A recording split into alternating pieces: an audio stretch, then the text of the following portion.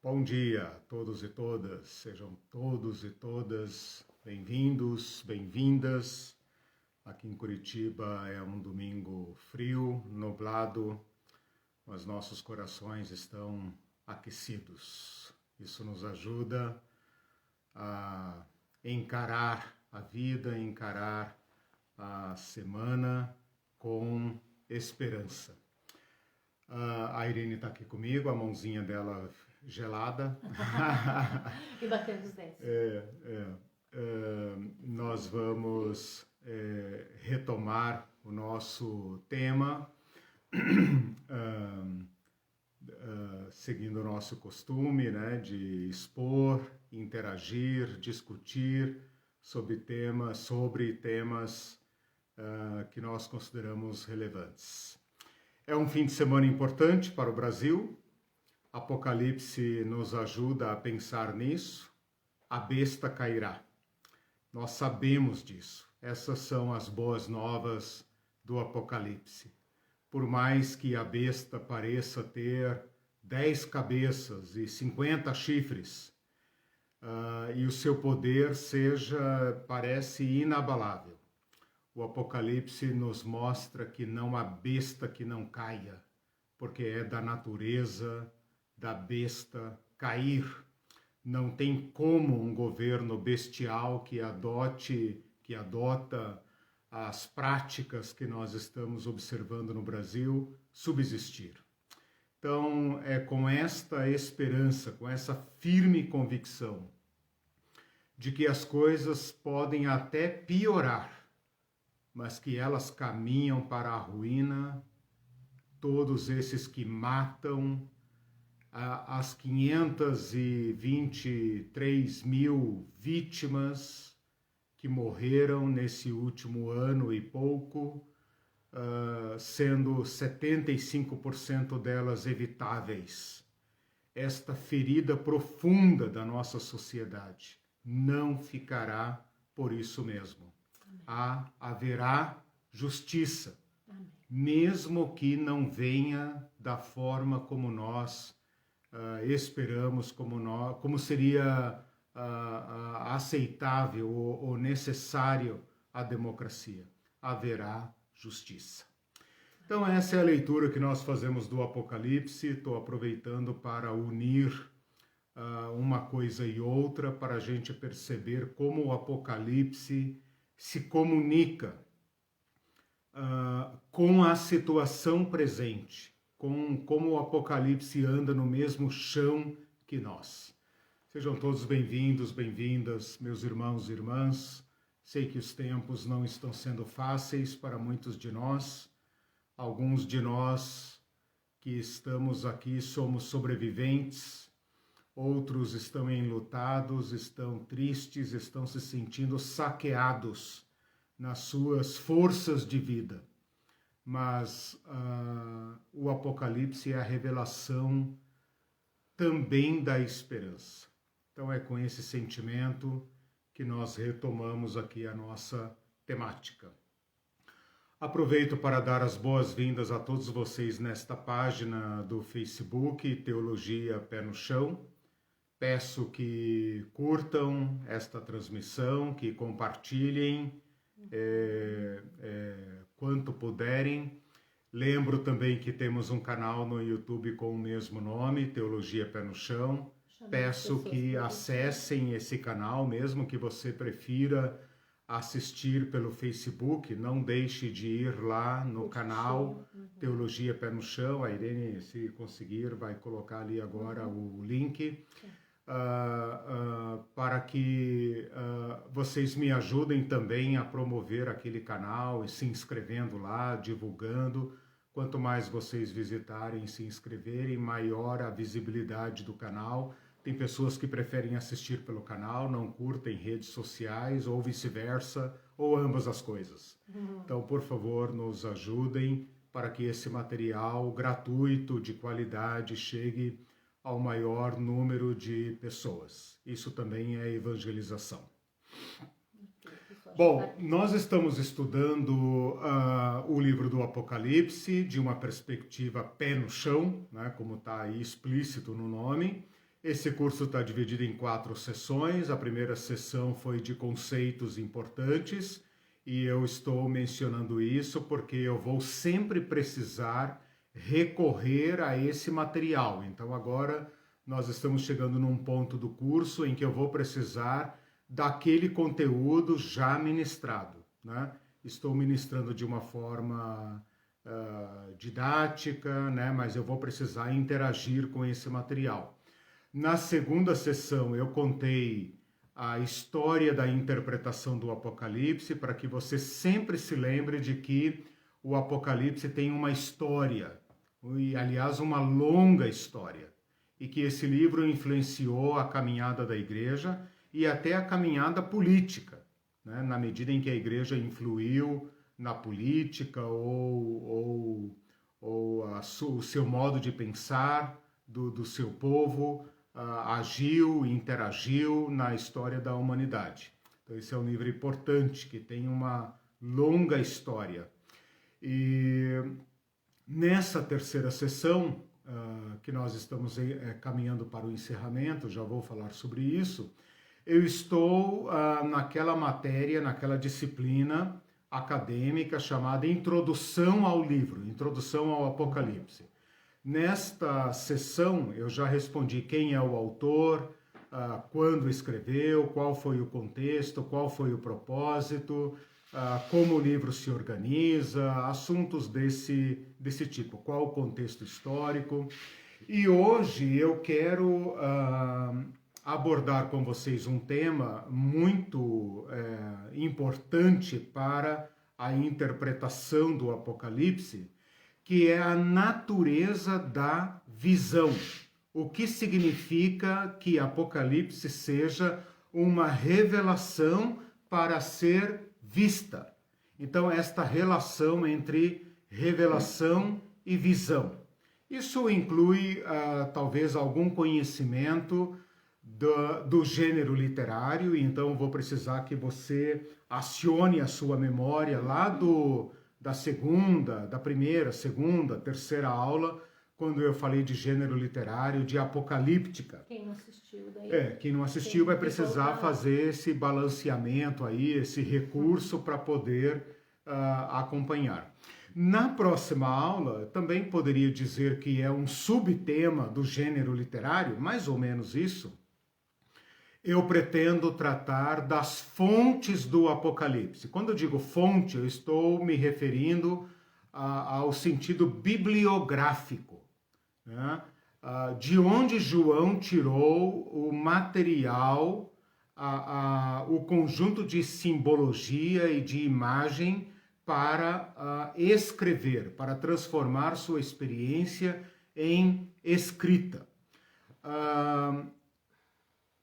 Bom, com essas 2 aulas, então, nós concluímos essa terceira sessão. Então, hoje a aula eu quero tratar sobre visão e a implicação disso para a interpretação, e na próxima aula tratar das fontes. Você poderia perguntar, mas como assim fontes? Ele viu e escreveu. Sim, mas há um processo entre ver, experimentar e escrever. E aí você vai perceber como, sem nenhum artifício da minha parte, nós podemos concluir que o livro de Apocalipse está carregado de fontes literárias. E isso também será importante para a interpretação do livro, ok? Beleza? Então vamos lá. Eu queria começar hoje, então, falando sobre visão, e eu queria gastar um primeiro tempo aqui da aula pensando sobre o ver, visão, ver. Quem me conhece e acompanha minha página, minhas publicações, sabe que eu sou meio encanado com o sentido das palavras. Então eu vou começar do básico e vou projetar para a aula de hoje uma conclusão que vai chegar junto com o tema da aula passada, com o processo de transformar a experiência do ver em escrita, ok? imagem em mensagem oral, em mensagem escrita, mensagem escrita. Então vamos começar bem do começo. Vamos pensar um pouco sobre ver. Nós vemos com os olhos. Nós dependemos de uma saúde dos olhos para ver bem.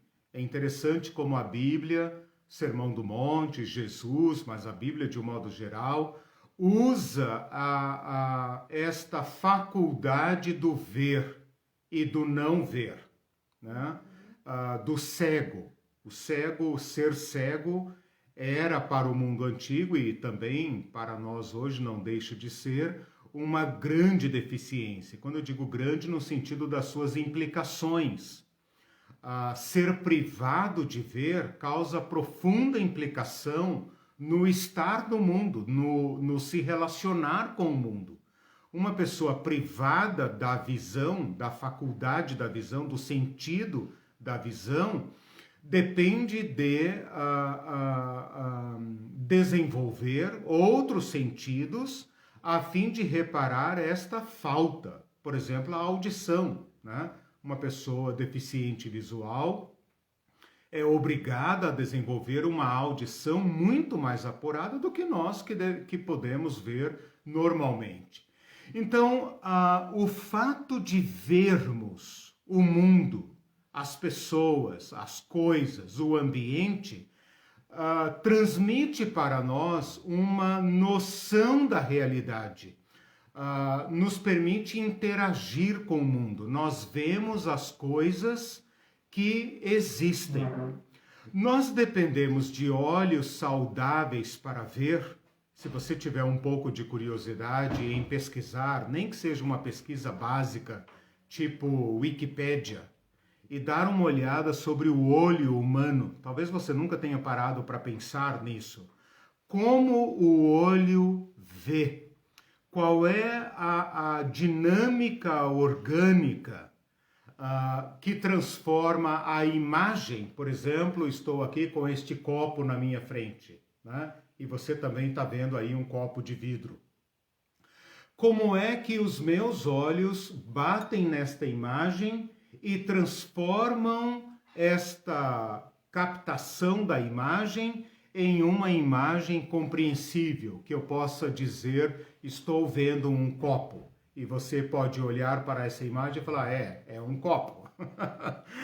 Essa coisa tão banal de ter olhos que conseguem captar a existência das coisas, a forma das coisas,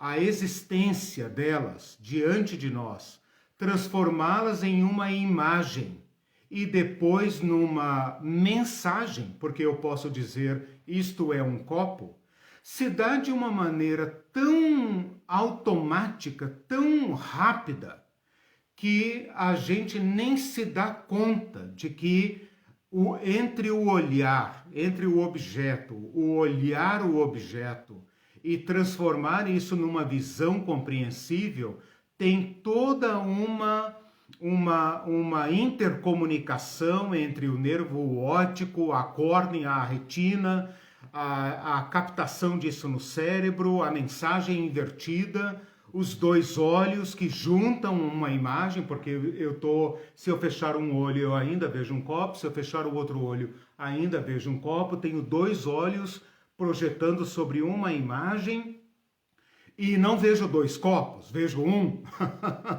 Veja como isso é complexo. Tudo isso seria anulado se faltasse luz, por exemplo. É importante que haja luz. Se densas trevas estiverem neste ambiente em que eu me encontro, eu praticamente me igualo a uma pessoa deficiente visual, em nível quase total, né?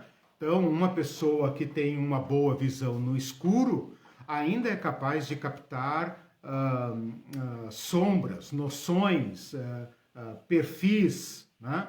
Mas se forem densas trevas, trevas absolutas, como é possível presenciar numa noite escura, num lugar em que não há nenhuma iluminação. Eu já tive essa experiência, não sei se vocês já tiveram a experiência de ter que andar num caminho completamente escuro, num lugar em que não há energia elétrica, e não há estrela e não há lua, em que você caminha praticamente apalpando.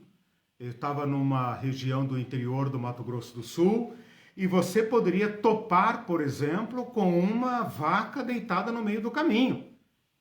E um bruta animal gigantesco, né, poderia te deixar completamente... a falta de luz poderia te deixar completamente cego para não ver um animal tão grande como um boi na estrada, né? Então, essa nossa reflexão sobre o ver. Percebam que ainda poderia dizer que nós podemos, o simples fato, vamos esclarecer, o simples fato de eu ter olhos saudáveis e haver luz não me garante ver a realidade. Por quê? Porque pode haver aqui diante de mim, e certamente há, objetos ou seres tão pequenos que meus olhos não são capazes de captar.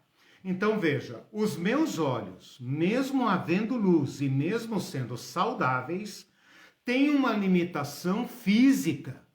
Por exemplo, nós não podemos ver seres microscópicos ou partilhas microscópicas a olho nu, como nós dizemos. Nós precisamos de um equipamento, precisamos de um microscópio para enxergar, por exemplo, uma bactéria, um vírus, né? O coronavírus, por exemplo, né?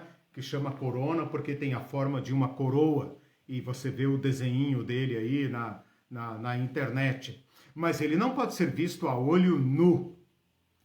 Tudo isso para mostrar a grande realidade, os segredos, as noções envolvidas no simples fato de ver, que nós podemos precisar de olhos saudáveis, de luminosidade adequada e, quem sabe, de equipamentos para nos ajudar a ver. Isso que eu estou falando diz respeito ao olhar físico, o olhar com os olhos, esses aqui, né? Agora, me acompanhem no seguinte raciocínio. Nós usamos a palavra ver, muitas vezes, com um sentido figurado, né? Nós podemos usar o verbo ver num sentido que vai além dos olhos físicos. Nós podemos usar o verbo ver no sentido de compreender, por exemplo, ver com o coração, né? Nós podemos falar de ver sentimentos, ver atitudes.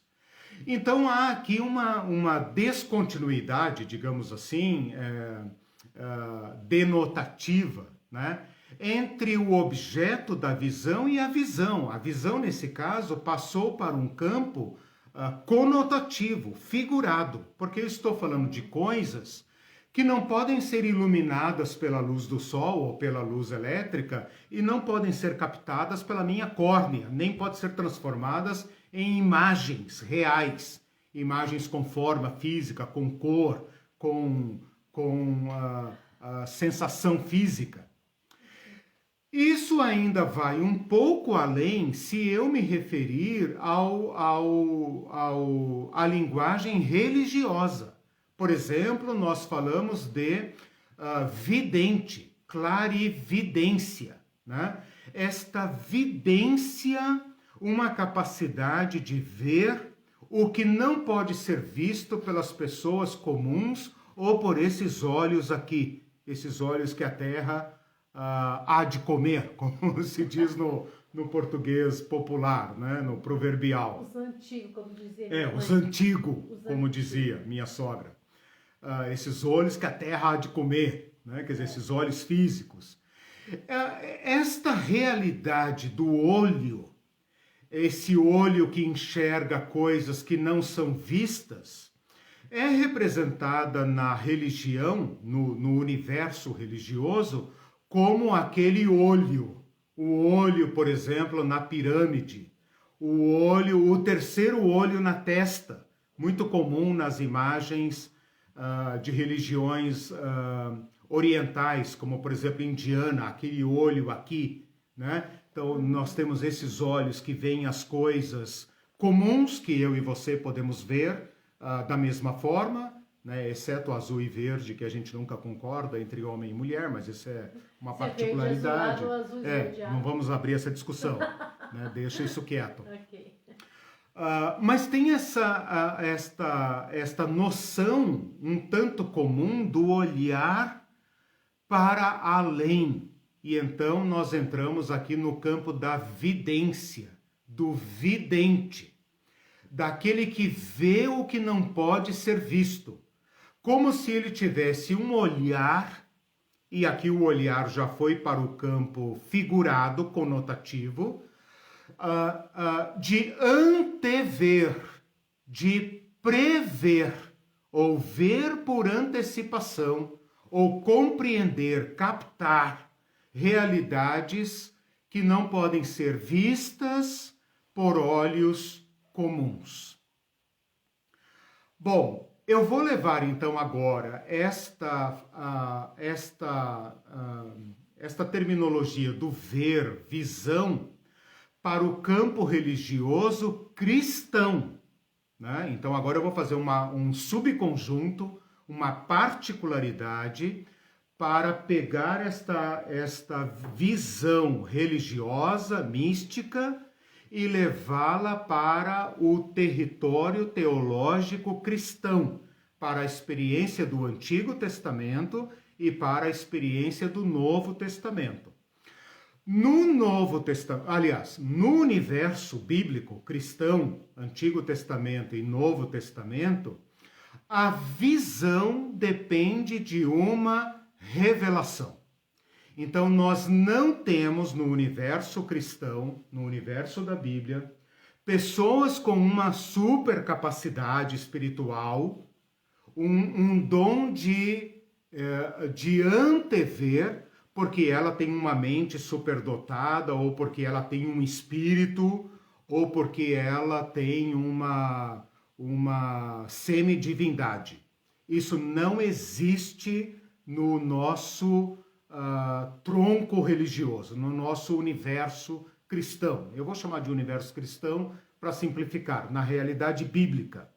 Não é universo paralelo. Não é. Nós não temos entre nós, e quando eu digo entre nós, estou me referindo a toda a Bíblia, portanto, a nossa base fundamental de fé, a pessoas superdotadas, oráculos divinos, como tem ou tinham as religiões pagãs. Vou usar o termo pagã, não gosto desse termo, mas vou usar para comunicação. As religiões pagãs. Por religião pagã, estou me referindo às religiões gentílicas, não judaicas ou não cristãs, ok? Então, a visão no nosso mundo, então, cristão, bíblico cristão, depende de revelação. Então, aqui nós chegamos ao escopo das Escrituras. Todo aquele vidente, aquele profeta das Escrituras, viu o que lhe foi mostrado. Então, a visão nunca é um ato primeiro. A visão é sempre um ato segundo. Por quê? Porque o ato primeiro é a revelação. Então, há um Deus que revela o que não pode ser visto pela mente comum, o que não pode ser previsto por pessoas usando as suas habilidades físicas, psicológicas, parapsicológicas. Não importa. sempre a visão é resultado de um ato primeiro de iniciativa de Deus. Então, todos os profetas falaram do que viram e ouviram. Quer se trate de uma palavra de Deus, quer se trate de uma imagem da parte de Deus. Então, quando Moisés fala, veio a mim a palavra do Senhor dizendo, ou quando qualquer profeta fala, o Senhor me mostrou, né? Então, há aqui uma sobreposição entre mensagem que se ouve e visão que se vê. Aí em Apocalipse. Não, no universo bíblico. Okay. No universo bíblico, tá? Se você quiser, se você tiver a curiosidade, você pegue os profetas bíblicos, os profetas da Bíblia, os profetas, a gente diz profetas literários. Okay. Os profetas que têm livro na Bíblia. Então, de Isaías a Malaquias, pegue ali o primeiro versículo de cada livro. Muitos deles vão dizer assim, visão que o Senhor deu ao profeta fulano de tal. Okay. Mas não é uma visão, é um texto. Então, há uma sobreposição entre o que se ouve e o que se vê. Às vezes é uma visão. Às vezes é uma visão que fala. E às vezes é uma visão que depois o profeta vai reduzir a texto. Porque o que nós temos na Bíblia é um texto. Não tem figura na Bíblia, né? Não tem imagens na Bíblia, não tem desenho, um desenho original, imagina, né? Não tem. O João poderia ter desenhado algumas coisas, né? Vou fazer aqui uma, como é que fala isso? Uma concepção artística do que eu vi, né? Não tem. Tudo reduzido a texto. Bom, tudo isso para nos colocar, então, agora, como a Irene já falou, na porta do Apocalipse. O Apocalipse é uma revelação. Revelação da parte de Deus. Ora, se da parte de Deus tem um revelador e uma revelação, da parte humana, portanto, João, tem o vidente, tem o receptor, tem o visionário, tem o vidente, tem aquele que vê. Então, João viu. Viu num sentido que transcende a esfera física. João não viu coisas, objetos que foram iluminados pela luz do sol, que um companheiro de cela ou um companheiro de exílio ou qualquer pessoa que estivesse junto com João pudesse dizer, é um cavalo branco. Então, João não viu coisas iluminadas pela luz do sol, cuja imagem foi captada pelas suas córneas e que foram transformadas em imagens pelo seu cérebro, de modo que qualquer pessoa do lado dele pudesse dizer, isto é um cavalo, isto é uma mulher, isto é uma besta, né? Então, João viu neste nível profético. João viu como resposta a uma revelação. Então, você tem o revelador, você tem a revelação, que é a mensagem, e você tem o vidente. Então, João aqui faz o papel de vidente. Vamos agora, então, avançar para dentro do Apocalipse. Feita este exercício, só para a gente jogar luz, né, por falar em luz, né, para a gente pensar sobre a visão. Depois, se você tiver curiosidade, quem sabe tem aí um oftalmologista me ouvindo, ou então alguém que tem aquela paixão por olhos, né? O olho é um equipamento de outro mundo, né? O olho é uma máquina fantástica. Eu gosto quando a gente vai fazer exame consulta, né? Eu uso óculos, né? Então vai fazer exame de rotina e tal. E normalmente o oftalmologista tem ali na sua mesa uma maquete do olho humano, né? Um corte longitudinal para você ver toda aquela máquina do olho. E às vezes você faz uma pergunta e ele pega aquela bola, desmonta, mostra, então tá aqui e tal, né? Olho na tua mão. É um negócio fantástico, né? Fantástico, maravilhoso, né? Então, se você quiser prosseguir nessa pesquisa, fique à vontade. Bom, eu quero então agora pensar com vocês sobre o Apocalipse como visão, como resposta a uma revelação. O verbo ver vai aparecer diversas vezes no livro do Apocalipse.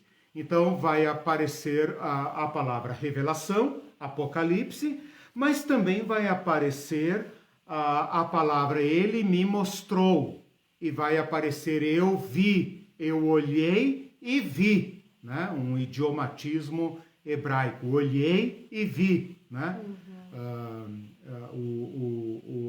A Bíblia usa muito essa expressão, olhei e vi, o Senhor me falou e disse, né? Tem esses tipos de joguetes, idiomatismo hebraico. No capítulo 1, versículo 19, fala assim, escreve as coisas que viste. Capítulo 1, versículo 19, né?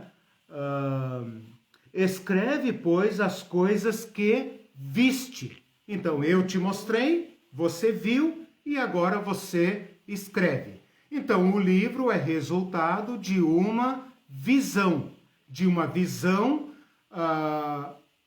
no sentido profético, no sentido apocalíptico. Então, já deixamos para trás aqui aquela noção física, do olho físico, que vê coisas que existem, né? E deixamos para trás o sentido figurado, que é aquela compreensão da mente. E estamos falando daquele terceiro nível, que é o nível religioso, porém cristão, sentido profético, apocalíptico, ok?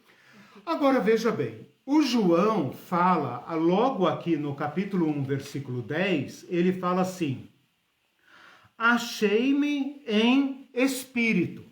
Então já fica para trás qualquer noção física, qualquer experiência física, sensorial, sensitiva. Ele fala, achei-me em espírito, no dia do Senhor, e ouvi por trás de mim. Quando ele fala no dia do Senhor, ele está falando de uma dimensão temporal, né? Esse dia do Senhor pode significar secundariamente uma viagem no tempo, porque existe a expressão dia do Senhor no Antigo Testamento como sendo um tempo especial. Mas aqui as principais impressões é de que se trata de um domingo. Era um dia do Senhor. E eu achei-me em espírito. Então João aqui já está cantando a bola, digamos assim, para uma experiência não resultante de uma experiência física. Achei-me em espírito no dia do Senhor. E ouvi por trás de mim uma grande voz. Então aqui você poderia dizer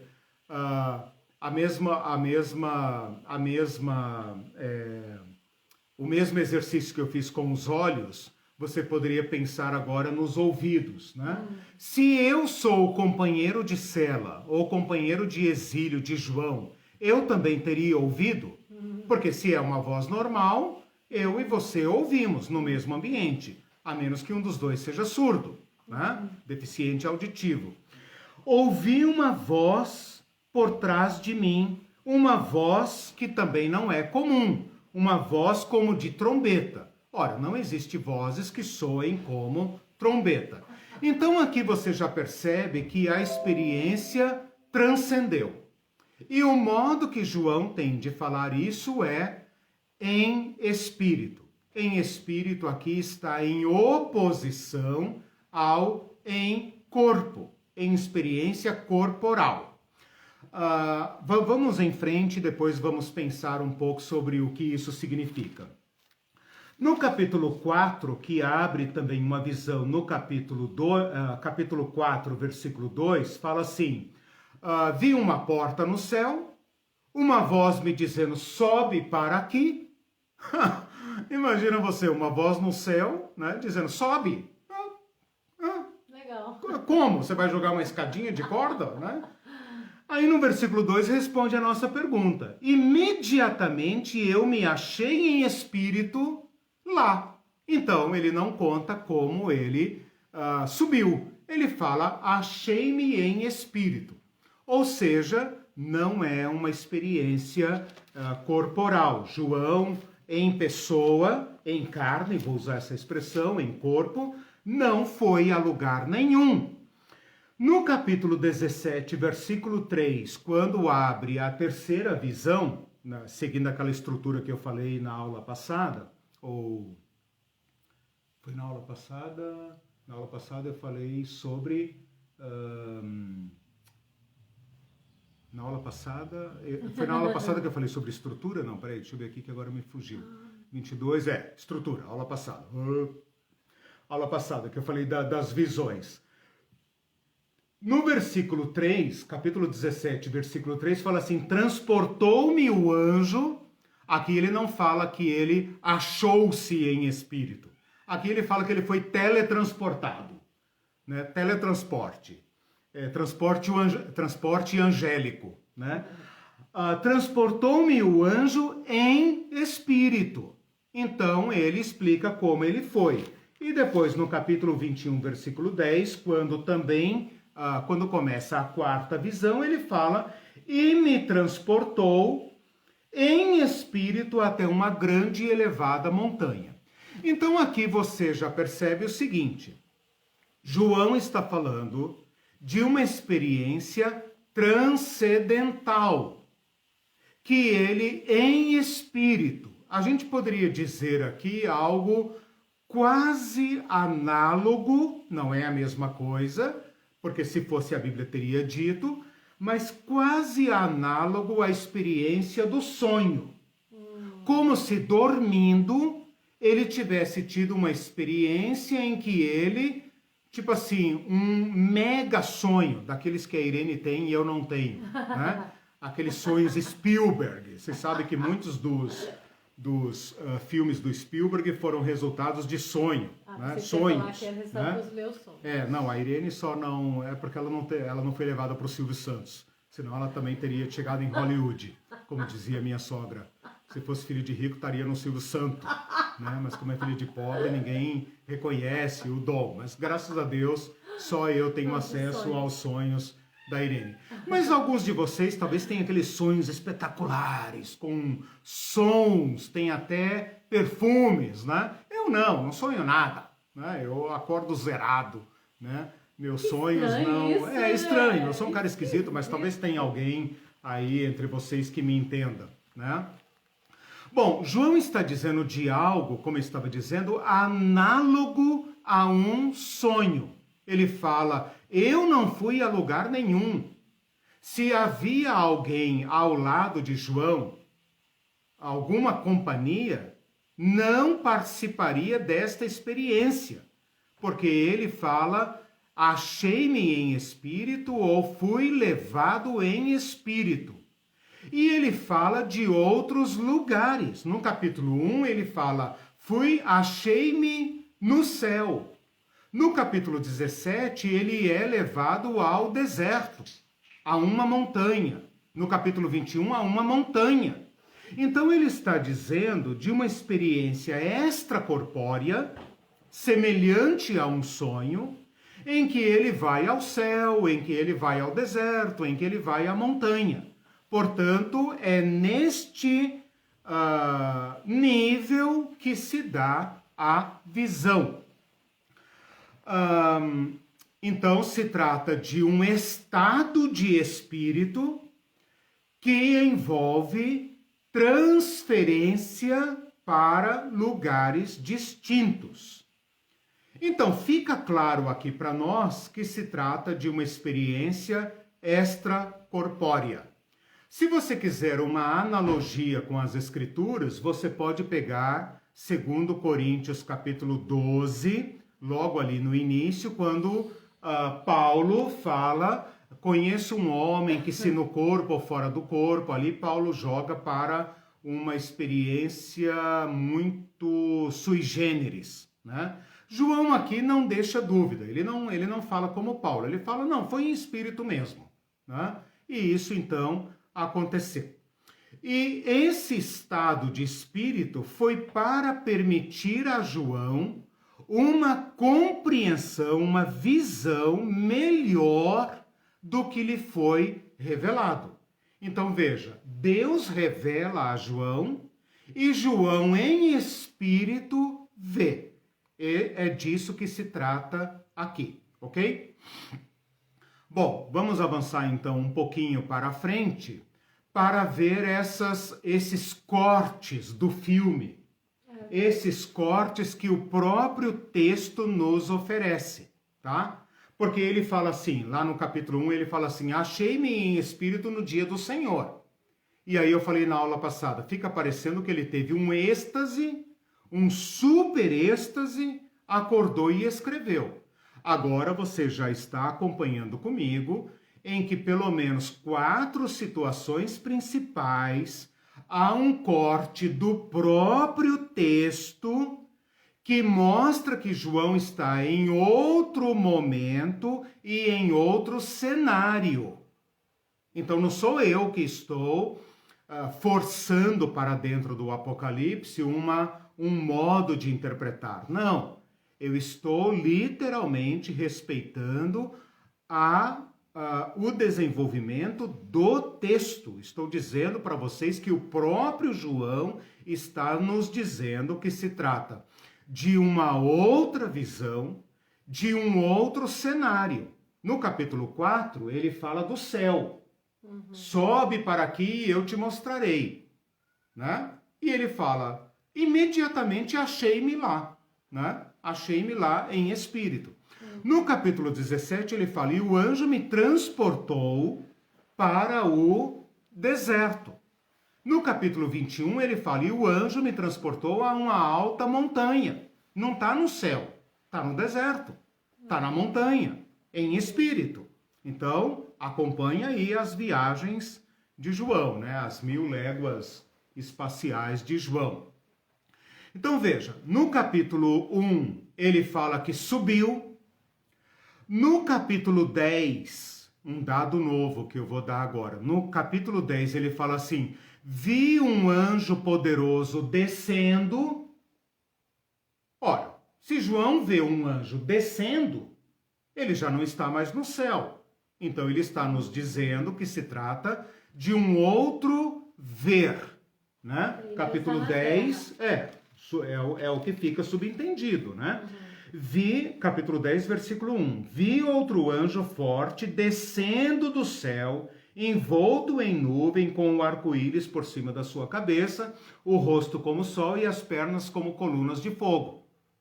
Ora, se ele viu descendo, textualmente nós podemos afirmar que houve aqui um corte textual, porque ele está dizendo de uma outra visão, de um outro olhar.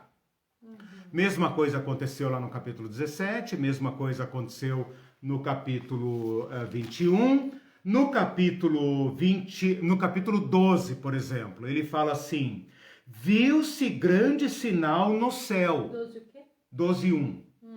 Viu-se grande sinal no céu. Não sei onde ele está, né?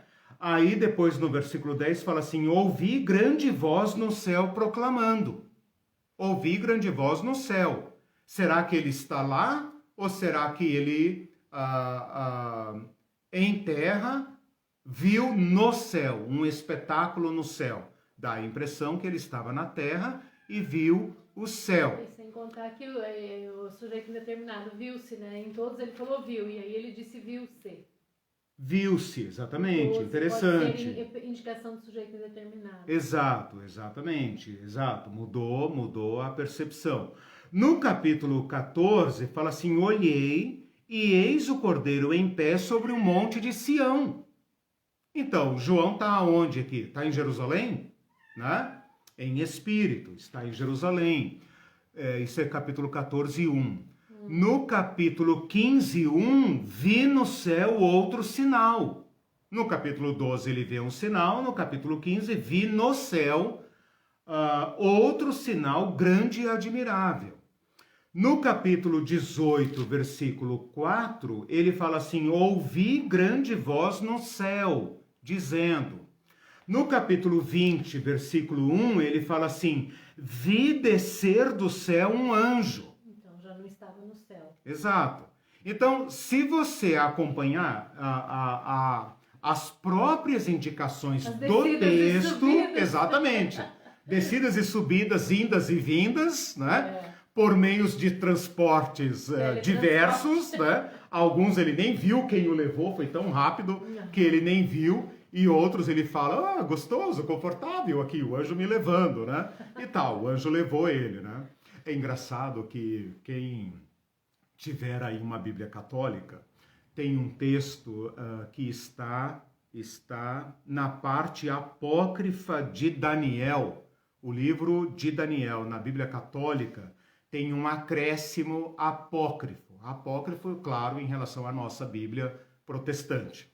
Em que o profeta Abacuque é teletransportado para levar comida para o Daniel que está na cova dos leões. E o Abacuque é levado do modo bruto. Ele é levado puxado pelos cabelos. Então é muito interessante esse teletransporte, né? Espero que João não tenha sido teletransportado de um modo tão rude, né? Puxado pelos cabelos.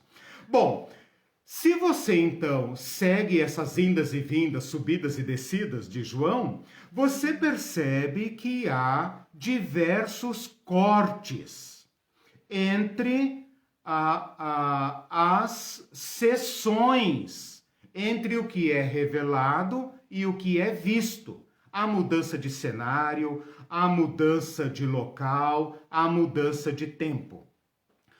Além disso,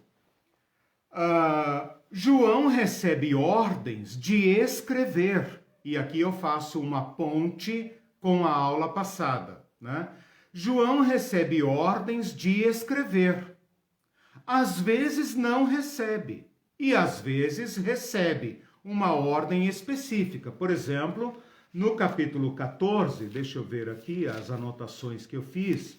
No capítulo 14, versículo 13, fala assim: escreve, bem-aventurados os mortos e tal, tal, tal. No capítulo 10, tem uma ordem oposta. Ele fala, quer ver? No capítulo 10, versículo 4, fala assim: logo que os 7 trovões falaram, trovões falam, né? No mundo real, trovões não falam, mas aqui trovões falam. Logo que esses trovões falaram, eu ia escrever. Ué, o anjo está me mandando escrever tudo, eu vou escrever. Mas quando eu ia escrever, a voz disse: guarda em segredo, não escreva. Então, tem ordens para escrever, ordens para não escrever. Ora, meus irmãos, siga meu raciocínio, siga-me os bons, né? Como diria o Chávez, o eterno Chávez, não o Chávez da Venezuela, o Chávez do México. Sigam-me os bons, sigam meu raciocínio. Escrever é uma arte manual, física. É uma arte que requer material, requer papel ou pergaminho, e requer tinta, e requer caneta, requer um caniço, requer um objeto para escrever. Se João recebe a ordem de escrever, e ele está numa experiência transcendental e não física, logo ele não escreve de modo imediato. A menos que vocês adotem aqui a psicografia. Na psicografia, o médium está tomado por um espírito, o espírito ultrapassa a sua racionalidade, a sua consciência humana e toma o seu corpo e a sua mão e então usa o corpo humano apenas como médium, apenas como canal. E o espírito se comunica diretamente por meio de aliás, indiretamente, né, mas num certo sentido, diretamente, por meio de um canal humano. Essa experiência é totalmente rejeitada no arcabouço da fé judaica e cristã. Não há psicografia, nem no caso das cartas. Nem no caso das cartas, quando Jesus fala assim, João, escreve aí, ao anjo da igreja tal, papapá, papapá. Parece que Jesus está ditando uma carta. Mesmo assim, se trata de uma experiência, se essa escuta das cartas também foi uma experiência transcendental, João não escreveu imediatamente. Há um lapso temporal entre a experiência e a escrita. Lembra que eu falei na aula passada que tem um lapso temporal entre a experiência, momento 1, racionalização da experiência, momento 2, projeto para escrever, como eu vou escrever isso, momento 3, até efetivamente escrever, momento 4. Então há um processo entre a experiência. E aqui isso fica muito claro. Se João teve uma experiência extrasensorial ou transcendental, espiritual, ou seja, fora do corpo, né? Fora do corpo, uma experiência subjetiva, interna, espiritual, ele só pode ter escrito depois ao recobrar sua racionalidade, quando eu digo racionalidade, eu não estou me referindo à racionalidade e irracionalidade, mas à inteligibilidade, né? A capacidade de pensar sobre o que ele viu e sobre o que ele ouviu. Tudo isso é o material da revelação. Então é obrigatório que tenha havido, porque João não pode ter sido levado ao céu com material de escrever. Que mão teria, né? Só se ele foi fisicamente. Bom, essa possibilidade está descartada pela expressão em espírito. Então você é obrigado a concluir comigo que há um lapso temporal entre a experiência e a escrita. Eu passo agora a falar sobre o que contém a visão, mas eu vou fazer aqui uma pequena parada para tomar uma aguinha e ver como é que vocês estão indo, se vocês estão me seguindo, como é que está aí a experiência.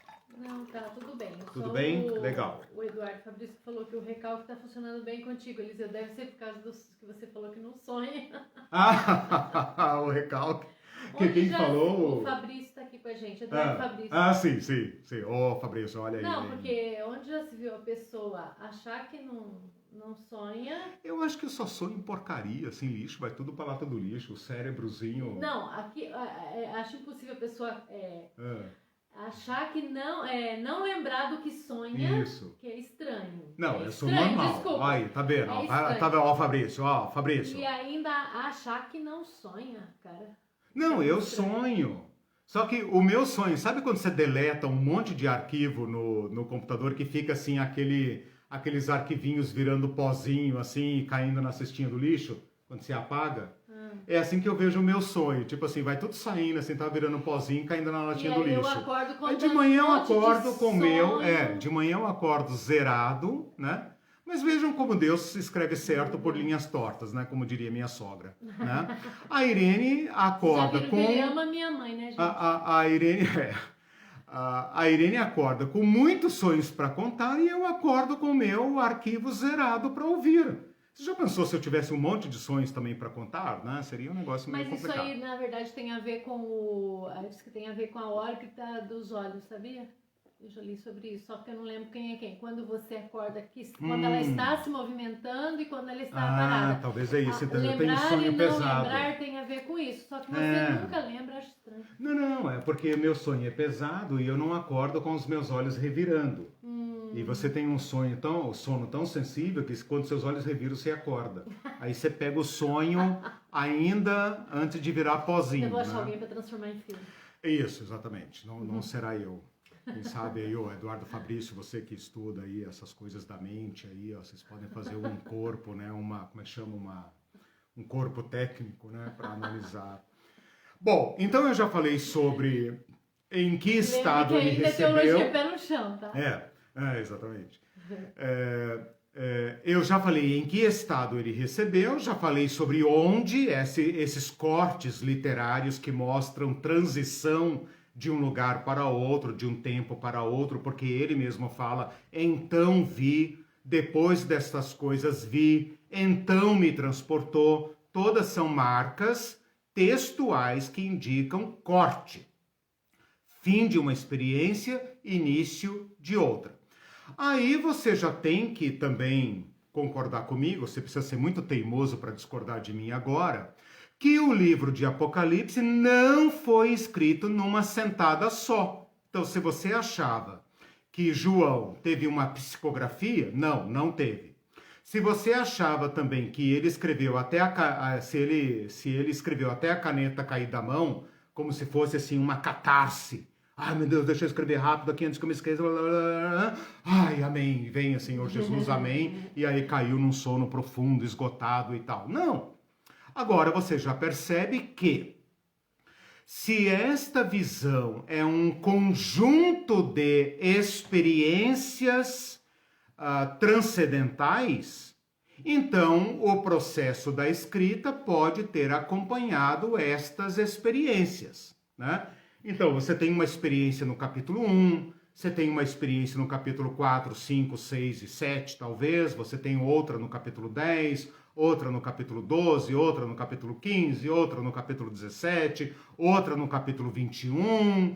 Então, você tem aí um livro agora escrito necessariamente em séries. Veja, se você ficar bravo comigo dizendo assim, pô, cara, você está destruindo o meu Apocalipse, não foi assim que eu entendi, eu me defendo desta acusação. Você é mestre em fazer isso. Eu me defendo dessa acusação dizendo o seguinte, meu irmão, minha irmã, eu estou apenas seguindo o texto. Você é que estava sendo induzido a ler o texto sem prestar atenção, desculpa aí, né? Mas eu estou apenas observando as marcas de corte do próprio texto. Que nem você destruía dos alunos, né?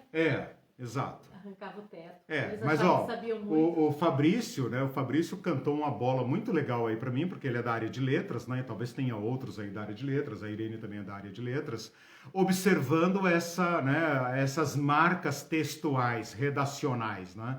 Eu até falei com ele, se você descobrir alguma coisa aí que tá me escapando, você fale aí, né? Contribua aí e tal, porque esse nosso diálogo aqui é interdisciplinar, né? De múltiplos saberes, né?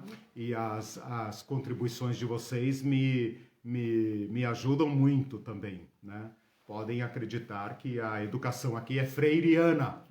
Aleluia, irmão. Freiriana, né? Nós construímos um saber. Eu quero então agora partir para o checkmate. Se você me acompanhou até agora, você está habilitado a esse terceiro tópico aqui, que é o que as visões, então, contêm. Eu já falei um pouco sobre isso, vou agora ampliar esta questão. Veja só, essas visões podem ser um sonho. Podem. Porque na Bíblia, você conhece muito bem, que, assim como todo o mundo antigo, todo o mundo religioso conhece o fenômeno do sonho. Existem oráculos, visões, profecias que vieram em forma de sonho. A Bíblia faz uma diferença. Ela fala que fulano teve um sonho, que Deus lhe apareceu em sonho. Por exemplo, o anjo aparece a Maria e não diz que é sonho, mas aparece a José por meio de um sonho, né? Então, o fenômeno do sonho é conhecido na Bíblia. O sonho e a visão podem se sobrepor, porque, ao contrário da Irene, nem todo sonho é uma visão. Tem sonho que é lata do lixo mesmo. Não vai virar filme de Hollywood, não vai virar nada. É só para contar para o marido de manhã e descartar. Não significa nada. Mas às vezes, exatamente, Deus já nos deu orientações sensíveis através de sonhos. Mas é raríssimo. Sim, são raros.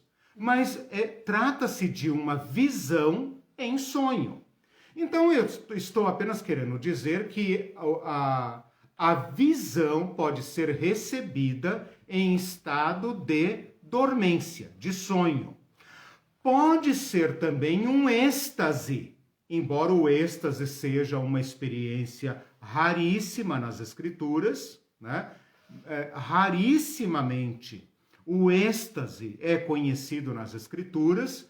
Esta experiência de João, como aquela experiência de Paulo, é um êxtase, mas não no sentido que as religiões conhecem. É um êxtase no sentido técnico, no sentido de que a pessoa teve uma experiência em estado espiritual, ou seja, ele não dependeu de ouvidos físicos. Não se trata de ondas sonoras que qualquer ouvido ouviria. Ele ouviu o que ninguém mais ouviu. Ele viu o que ninguém mais viu. Foi-lhe revelado. Então é disso que se trata aqui. Pode ser um arrebatamento físico, como Paulo insinua, se no corpo ou fora do corpo. Por exemplo, o Filipe diácono, em Atos capítulo 8, diz que foi tomado pelo Espírito num lugar e levado a outro. Ora, o Espírito o tomou e Filipe se achou em tal lugar, né? Então, a passagem de ida teve, vai ao deserto, tal. Passagem de ida teve. Passagem de volta, ele não sabe como ele veio. Ora, eu não vou entrar nisso aqui, né? Mas é um fenômeno conhecido aí do mundo paranormal, do mundo que estuda a transcendência, né? Eu não vou entrar nessa questão aqui. O que eu posso responder aqui negativamente, ou seja, o que não é o caso de João, é que não se trata de uma experiência física. Portanto, o conteúdo do que eu estou falando agora, da revelação de João, é que João não teve uma experiência de coisas físicas, de coisas históricas.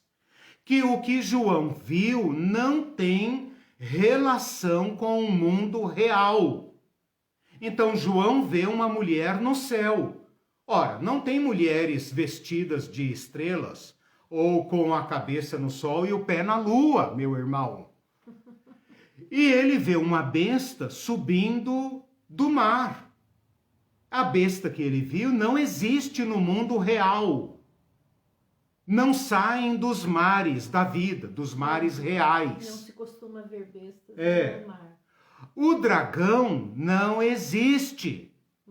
Então João vai ver coisas que não correspondem à experiência histórica, real.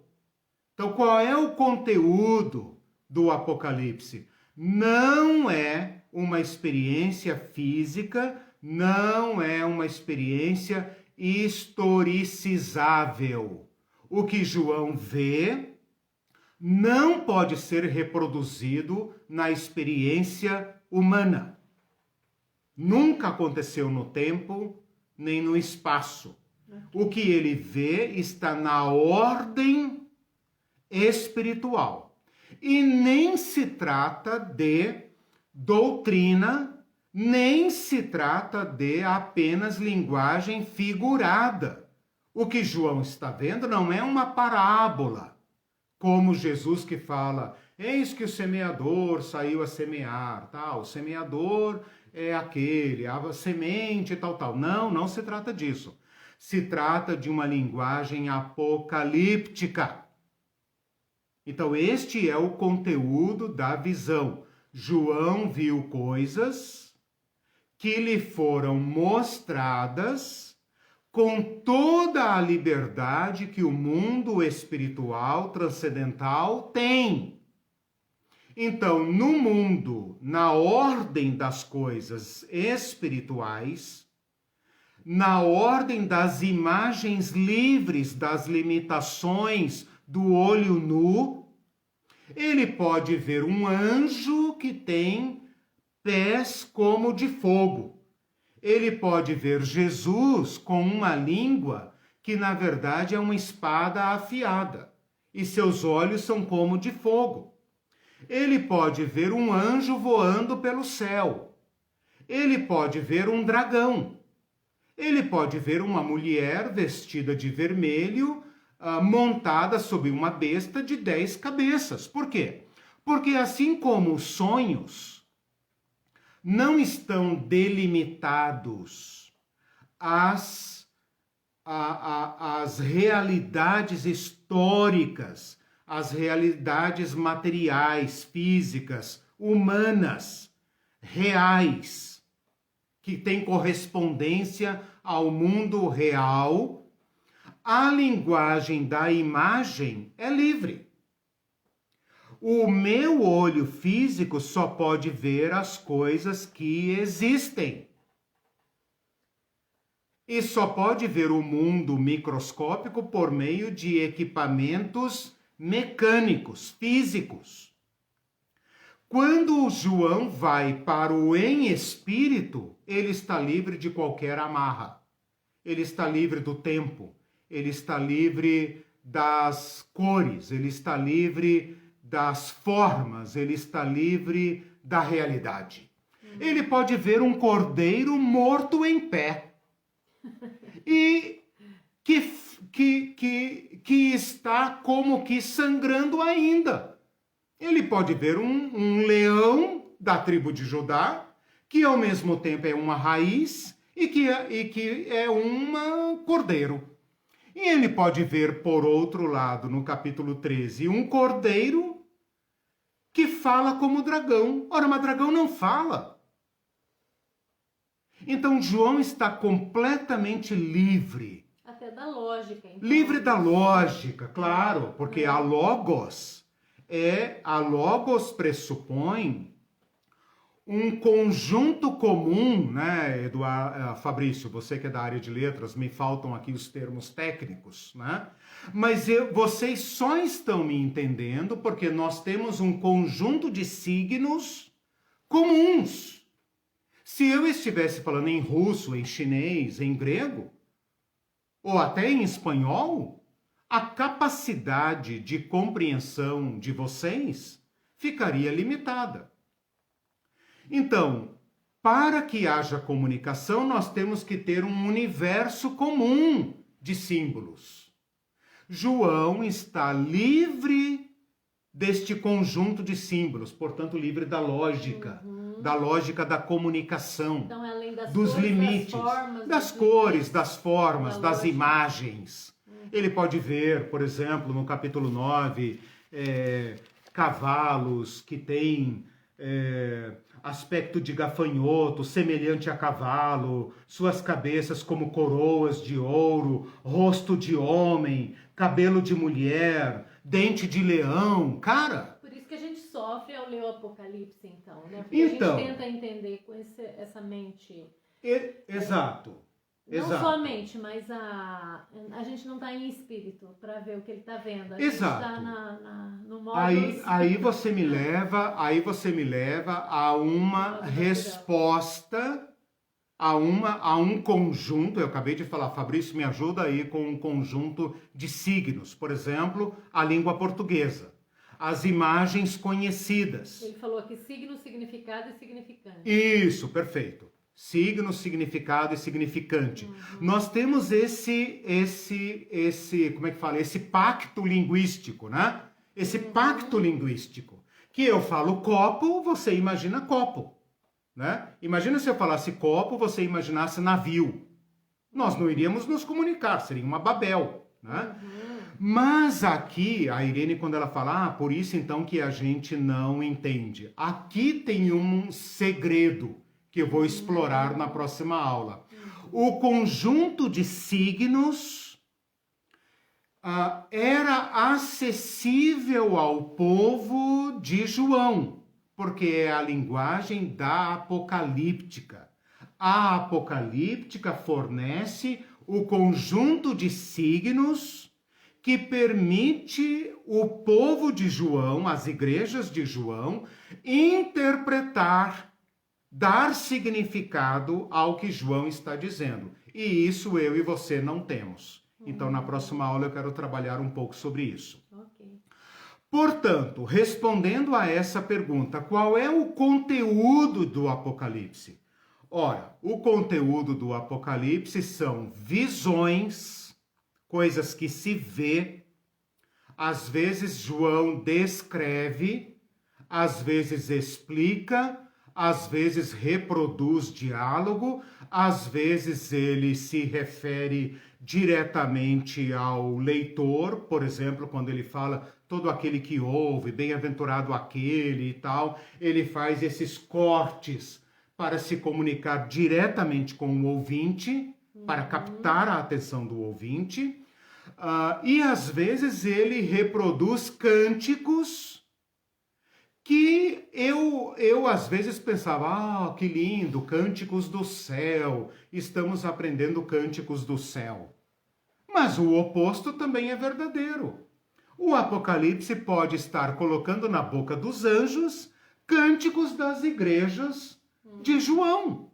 E João esteja aqui fazendo uma interconexão entre a liturgia das igrejas marginais, as igrejas da resistência, com a liberdade do mundo espiritual. E dizendo, meus irmãos, quando vocês cantam aqui, a baixa voz, escondidos, na casa do irmão fulano, da irmã fulana, os céus cantam com vocês. Os anjos aprenderam.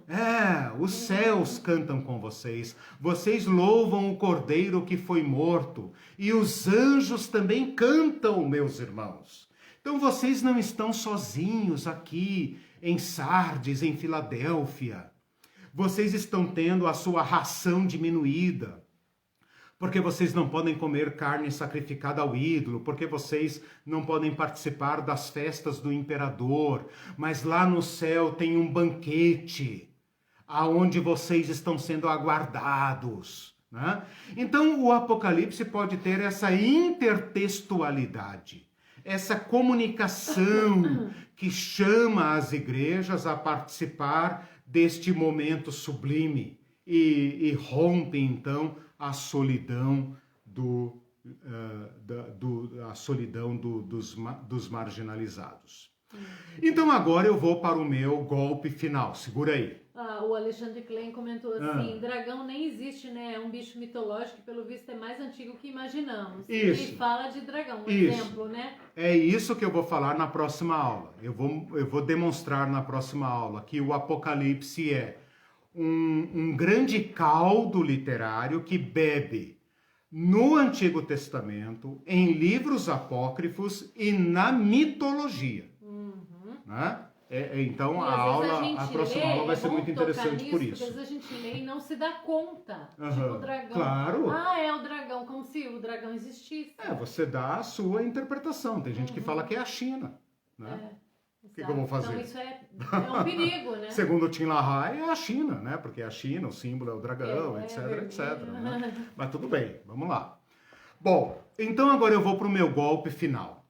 Quando João vai para o céu, vai para o deserto, vai para a montanha, o que é que ele está vendo lá?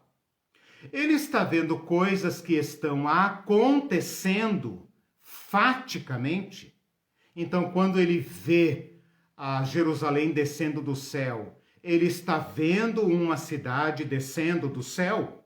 Nesse caso, você teria que concordar comigo, como isso ainda não aconteceu, você teria que concordar comigo que ele viajou no tempo. Então, João sobe na costa do anjo, ou no cesto do anjo, né? Não sei como é que o anjo transportou ele, se foi montado nas costas, se foi pelo cabelo, etc.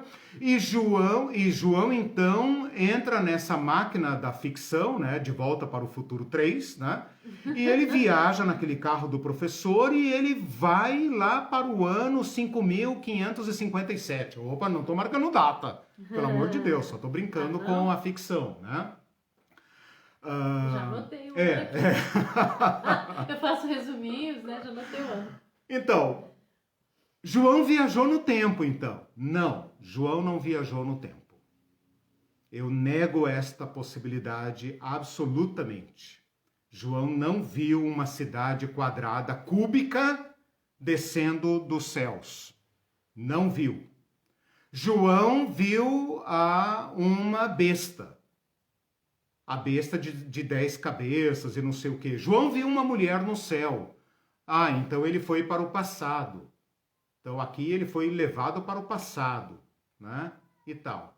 Se você recusar a viagem no tempo, e não há nada no livro que indique isso, você poderia dizer então assim, tá, então peraí, deixa eu ver se eu entendi. Então João fala, João ouve uma voz, sobe para aqui. E ele subiu para o céu. E ele viu um trono, e ele viu os anjos adorando, e etc. E ele viu o cordeiro com um livro na mão, e daí ele chora, e etc, e etc. Tá, aquilo aconteceu? Quando aconteceu? No passado? Então João teria ido para o passado. Ah, não, no futuro. Então João viajou para o futuro. Não, João não foi nem para o passado nem para o futuro. Ele apenas foi para o céu e viu o que estava acontecendo lá presentemente. Algumas pessoas querem dizer que os céus se abriram e João viu o que estava acontecendo presentemente, se é que se pode falar de presente, mas ele simplesmente abriu a cortina e viu lá, espiou atrás do palco o que estava acontecendo. Não, mas aquilo não aconteceu. Então, será que o céu fez um teatro para João?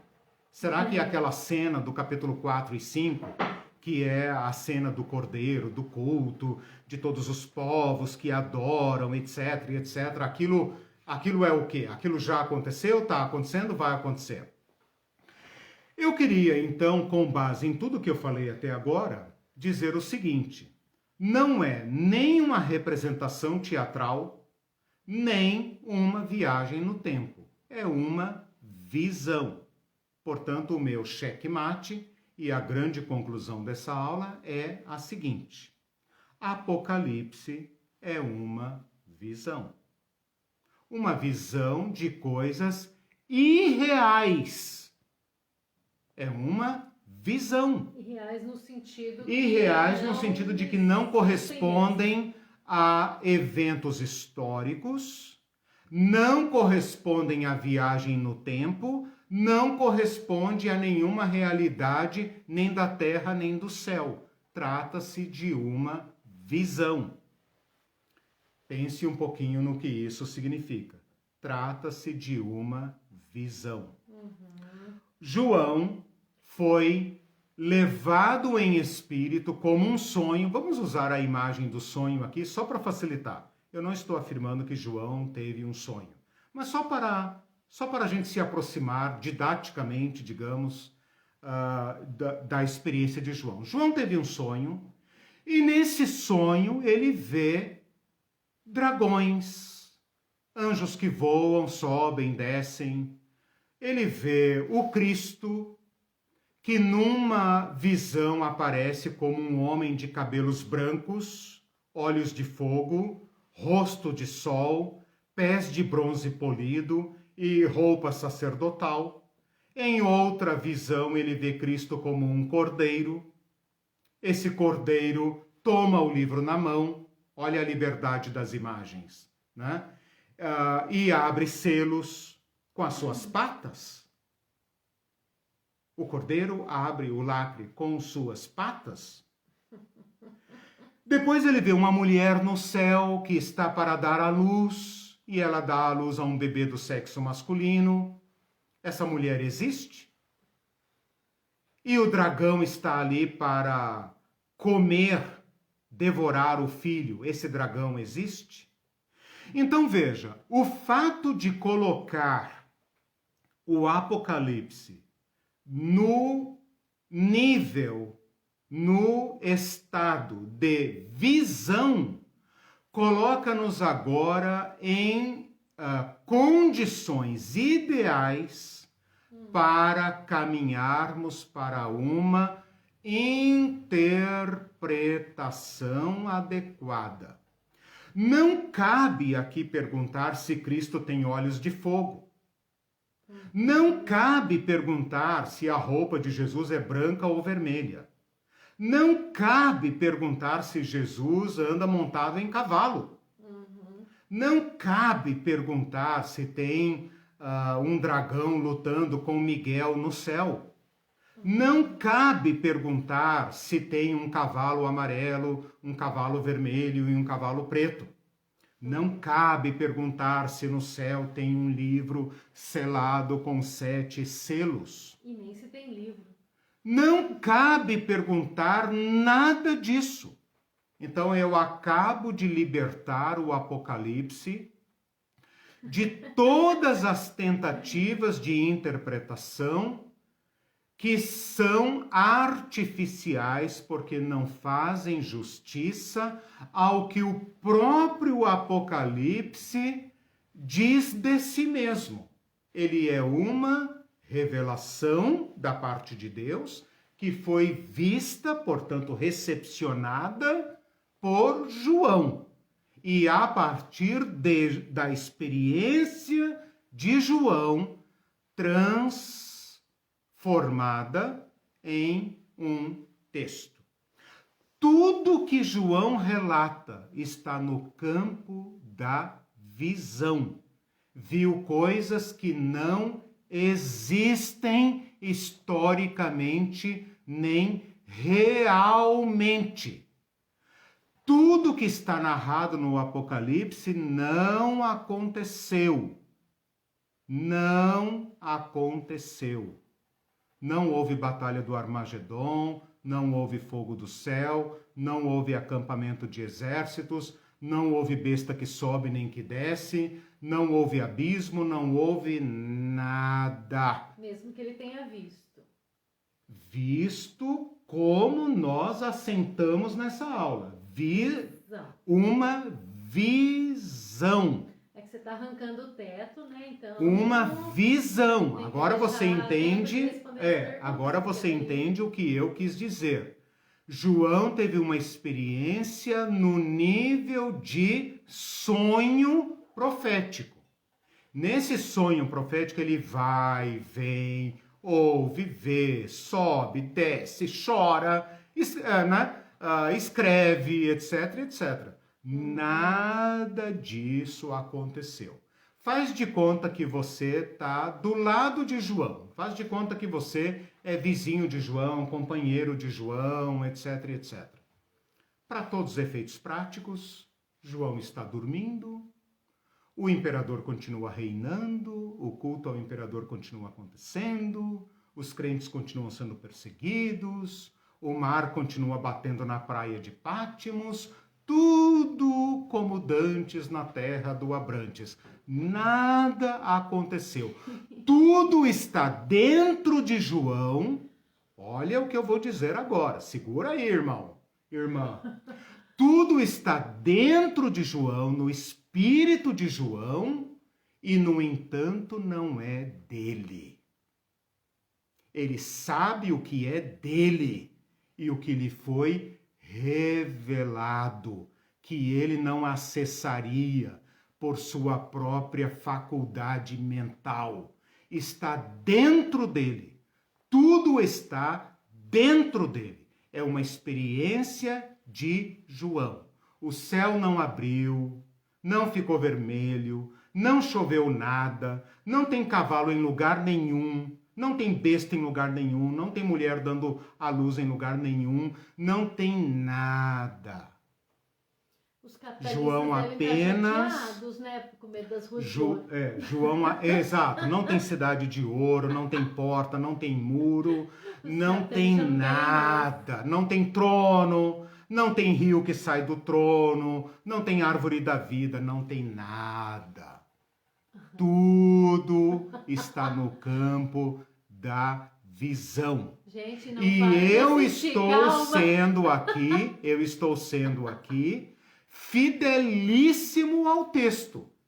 E se você discordar de mim, eu desafio você a provar. E não me venha com Tim LaHaye e os pastores da sua igreja, etc e tal. Meu compromisso é com as escrituras. Eu sou estudioso das escrituras. Desculpa aí.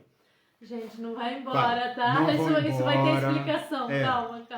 O Zairo Benjamin falou assim, querido mestre, então o Apocalipse não é uma visão do futuro com 2 pontos de interrogação. Não é uma visão do futuro. Não é, mas envolve. Não é uma visão do futuro. Envolve o futuro porque nós vamos interpretá-lo. Mas cuidado, se responde não, ele vai entender que não tem nada a ver com o futuro. Não, veja, o que João viu tem que ser traduzido numa mensagem para a igreja do seu tempo, e sendo uma mensagem para a igreja do seu tempo, é também uma mensagem para nós e uma mensagem para todos os cristãos de todas as épocas. E sempre será. Mas se você não...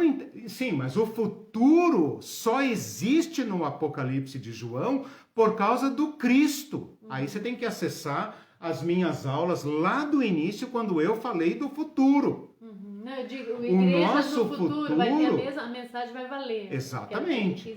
Isso que eu falei numa aula passada aí sobre presentismo. Nós só podemos interpretar o Apocalipse se o Apocalipse tiver sentido para as 7 igrejas. Se não tiver sentido para as 7 igrejas, então não tem sentido para nós. E quando a gente fala de futuro, eu estou dando um chute nas 2 canelas do Tim LaHaye. Porque o Tim LaHaye, o Hal Lindsey, essa turma futurista, eles querem dizer, por exemplo, que João está vendo helicópteros da OTAN, aviões supersônicos da Força Aérea Americana. Tadinho de João. Tadinho de João. Ele não sabia o que era um helicóptero, então ele fala gafanhoto. Gafanhoto. Mas é porque ele está vendo o fim do mundo, a catástrofe nuclear. E daí João, não. Definitivamente não. Por isso que eu falei, não é viagem no tempo. Sai daí, não é viagem no tempo. Também não é um drama no céu, é uma visão. A questão então, é a interpretação. Não tem seres com cara de boi no céu. Ficou decepcionado? Não tem 24 anciãos no céu. Não tem dragão, não tem besta, não tem falso profeta, não tem número da besta, isso, não tem dragão, não tem nada. É uma visão. Você só vai entender o que o Apocalipse está dizendo quando nós interpretarmos a visão dentro daquele conjunto que o Fabrício aí nos ajudou de signos, significados e significantes da apocalíptica. Aí nós vamos abrir o livro do Apocalipse como se fosse uma caixa de presente, né? Jogarmos a caixa fora, porque não é a caixa que eu quero é o que o Apocalipse contém, a mensagem, é a mensagem que eu quero. Eu não estou interessado em dragão, em besta, em cavalo, se Cristo vem montado num cavalo, isso não me interessa. Me interessa o que isso significa. E para isso eu tenho que tirar o cavalo do céu. Eu tenho que tirar o cavalo do céu. Eu tenho que trazer essa coisa para o mundo real. Aí eu vou extrair a mensagem, porque o que eu quero é a mensagem. É a mensagem que eu quero. Ok? Você tá arrancando o telhado do povo aqui, tá difícil. A Rita colocou, uau, o que eu faço com todo o medo que me foi incutido em tantos escritos e mensagens, kkk. Bem-aventurado aquele que ouve, lê, compreende e pratica. O Apocalipse é um livro de esperança. Ele foi dado para uma igreja que sofre. Seria muito, desculpa a expressão, mas seria muita frieza falar coisas tão estranhas para uma igreja que sofre. Mas isso Por isso que eu estou insistindo no presentismo. Esta mensagem significou algo para aqueles irmãos e é aí que nós queremos chegar. Quem tem que ter medo do Apocalipse é aqueles que afrontam o Cordeiro, aqueles que matam, a besta que está aí em Brasília, em todos os centros de poder, matando, matando e matando. Esses têm que ter medo da ira do Cordeiro, porque o Cordeiro é contra eles. Esses têm que ter medo. Aqueles que estão lutando para se manterem humanos, como o Filho do Homem, esses têm que regozijar na cara da besta, mesmo em face da besta.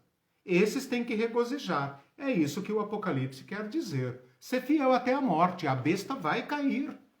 O Fabrício colocou com a carinha de triste, poxa, você está esvaziando o céu.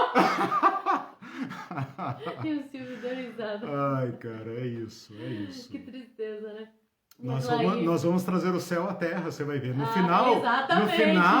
No final é Deus que desce. Exatamente. E essa mensagem é o Deus que vem habitar entre nós. Cara, o Apocalipse, lá no capítulo 21, tem uma das coisas mais lindas do Apocalipse. Eu vou atrasar um pouquinho aqui, vocês vão aguentar a minha euforia, porque não, eu vou dar tempo. Aqui no capítulo, quer ver? No capítulo, onde é que está aqui?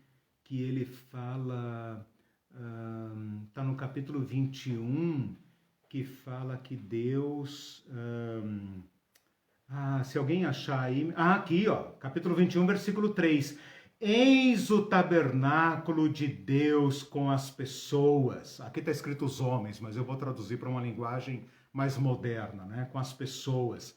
Deus habitará com eles, e eles serão povos de Deus, e Deus mesmo estará com eles.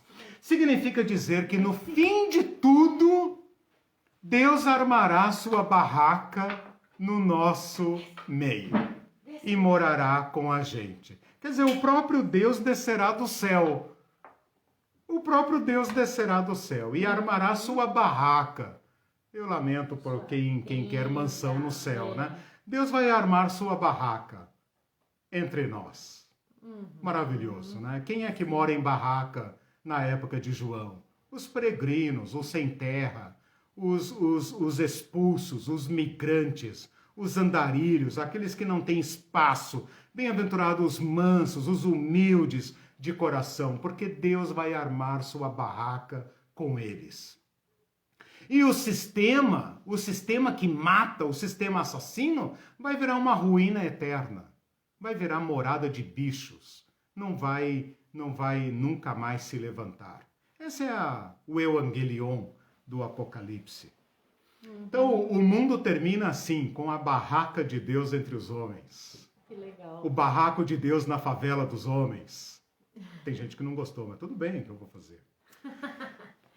A Marlene disse assim, que você mencionou isso lá atrás, quando explicou o fim com um sentido de objetivo, e não o fim de destruição final. Isso, exatamente. Rota final e outras palavras que ele usou que eu não me lembro. Isso, agora vocês têm que acessar, exatamente, Marlene, aquelas aulas lá do começo. Fim, história, tempo, futuro, né? Todas essas noções agora são importantes aqui, mas por uma questão didática a gente tem que eu até ir indo passo a passo, né? O pessoal não se... Não desistir? E não se preocupar, porque assim, a gente tem que desconstruir, arrancar. Eu lembro que quando você deu esse curso, outro curso, né, sobre Apocalipse, você falou, junta tudo que você sabe... Né? Suspende, pelo menos suspende. Ou joga fora. Porque... depois você vai ver se você joga fora. Então a gente está na fase agora, né, de confrontar, de acordo com a realidade que você está passando aí, que a gente nem entrou ainda, mas você, vamos dizer que é uma introdução para a gente poder entrar na interpretação do Apocalipse. Na verdade, a aula de hoje é a seguinte, a implicação para a interpretação, quando você pegar minhas anotações aqui, você vai ver. O título dessa aula é a seguinte: o livro é uma revelação. Uma revelação só tem sentido se alguém recebe a revelação. João recebeu. Qual é a implicação disso para a interpretação? Vocês estão achando que eu esvaziei o céu e etc., mas agora nós estamos livres para acessar as realidades do Apocalipse. E vocês vão ver que elas são tão mais excelentes que João termina o livro se prostrando diante de qualquer um. Ele quer se prostrar até diante do anjo. E o anjo fala, não, calma, segura. O livro é maravilhoso, mas eu tenho que libertá-lo disso. Agora, eu vou dizer uma coisa para todos e todas. Eu estou fazendo isso com muito cuidado, com muito didatismo e com muito fundamento. Porque a minha aula de hoje foi mostrar para vocês a implicação do que o próprio Apocalipse diz ser. É isso que eu estou falando. Quando a gente lê lá, revelação de Jesus Cristo que ele deu a João. Eu, João, vi essas coisas. Depois você entra no Apocalipse e esquece que o Apocalipse é uma revelação. E que João está vendo. Eu estudei o Apocalipse muitas vezes sem me dar conta disso. Pensando, meu Deus, que livro é esse que está com 7 selos? Quem selou esse livro? Por que João está chorando? Ele está chorando na visão. A gente se perde completamente. Porque ele entendeu o que aquilo significava. Tem gente que vai pregar sobre isso e fala que a Terra tem um documento de propriedade, aí transforma o céu num cartório, né? Que tem título de propriedade, etc. Gente... Não, dá para viajar um monte, né? Sem dúvida. Livro da vida, né? Não, tudo bem, é demais para hoje. Não fala isso, deixa para próxima. A Marlene diz assim, ufa, graças a Deus, sempre pensei que será que eu era a única pessoa que racionalizava isso e percebia que é simplesmente possível pensar em termos reais e concretos? Bem-vindo ao barco. Aí o Alexandre Klein respondeu, você só não, amiga, você, eu e mais milhões de pessoas pelo mundo. O bom dessa aula é que ela nos liberta. Isso, amém, isso aí. E a Claire daí comentou que eu estou aprendendo de verdade agora. Legal, fico feliz. Mais alguma pergunta, algum comentário? Depois a próxima aula vai continuar isso aqui, mas em outro aspecto, no aspecto literário, né? Mas nós vamos ter muito tempo para conversar sobre isso, porque eu estou apenas aqui, digamos, dando a ferramenta, mas todo o restante do curso agora vai ser nessa linha. Né? O Alexandre Klein fez um comentário interessante. Esse é o ponto, professor. Se tudo o que João escreveu não fez sentido para os seus irmãos, no seu tempo, pode pegar esse livro e jogar fora. Exatamente, concordo totalmente. E é isso que as escolas de interpretação fizeram do livro. Aí ele serve para o terror, ele serve para qualquer coisa. Não. João escreveu o Apocalipse para as 7 igrejas. E a partir das 7 igrejas para nós. Então eu garanto para vocês, fiquem aí, o livro vai trazer muito consolo, muita força, muita esperança. Porque é exatamente por isso que o livro chegou até nós. É para isso que ele chegou até nós. O William Montargil legal. disse importantíssimo desconstruir as ideias. Isso. Eu acho que eu vou começar a colocar propaganda Apocalipse Desconstrução. Não, mas eu tenho que fazer isso. Que por anos aprendemos de forma Isso. equivocada. Isso. Estou ansioso pelas interpretações. Isso. Eu também, Legal. William. A Marinês Lazaron colocou um monte de aplausos. Legal. A Josefa colocou amém. E deixa eu ver se eu li tudo. Eu quero deixar um último comentário lindo aqui que o Alexandre Klein fez. Legal. Deixa eu acessar aqui, peraí, comentários anteriores. Ainda sobre sonhos, o Paulo Fernando tinha falado antes, quem racionaliza tende a não lembrar dos sonhos, pois acorda já com a mente voltada para a praticidade. Talvez seja teu caso, então. E o Eduardo disse assim, o recalque aparece justamente aí, o cérebro não deixa o material recalcado vir para a consciência. Ô, Fabrício. Então eu não sou recalcada, Fabrício. Fabrício, vai assistir outro curso, vai. Fabrício, licença, vai. E o Paulo disse, há pessoas mais ligadas ao subconsciente, isso é bom. Obrigada. E meu Deus. Orem por mim, meus irmãos, orem por mim. E o tipos de sonho, o Guilherme Falcão, que é psicólogo, tipos de sonhos na psicologia. Sonhos premonitórios, avisos,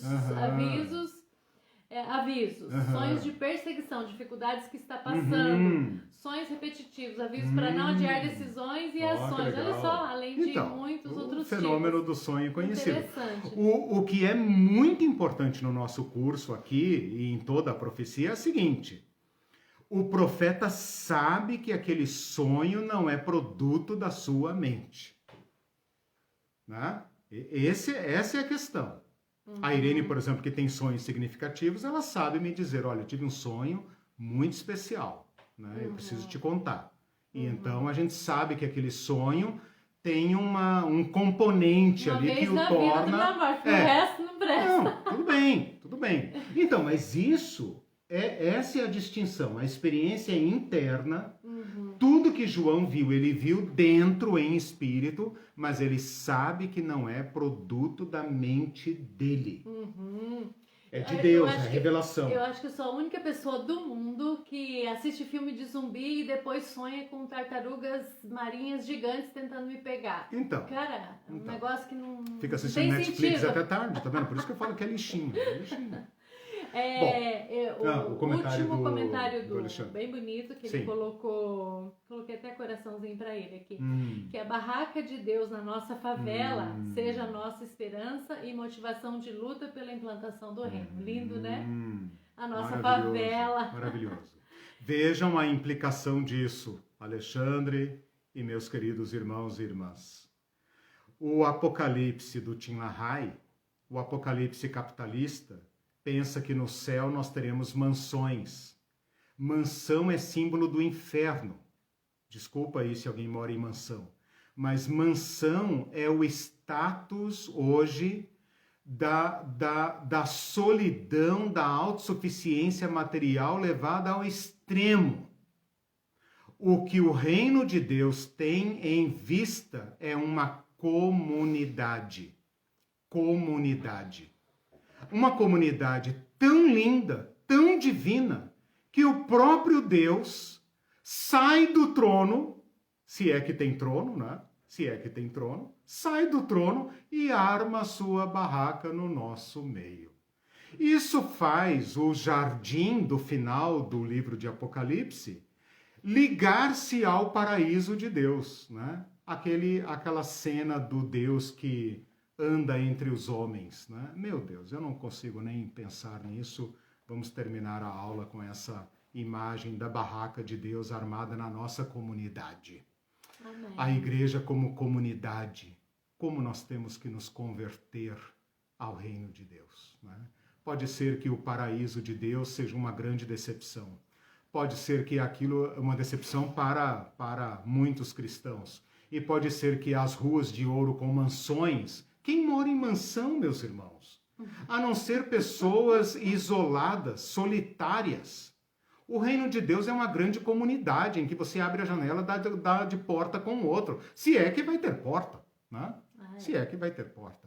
Bom, meus irmãos, feito isso, esse grande coração de Deus, né, que é o fim da nossa história, terminamos aqui com os atrasos, né? Como é que se fala lá na CPI, com a benevolência dessa direção, né?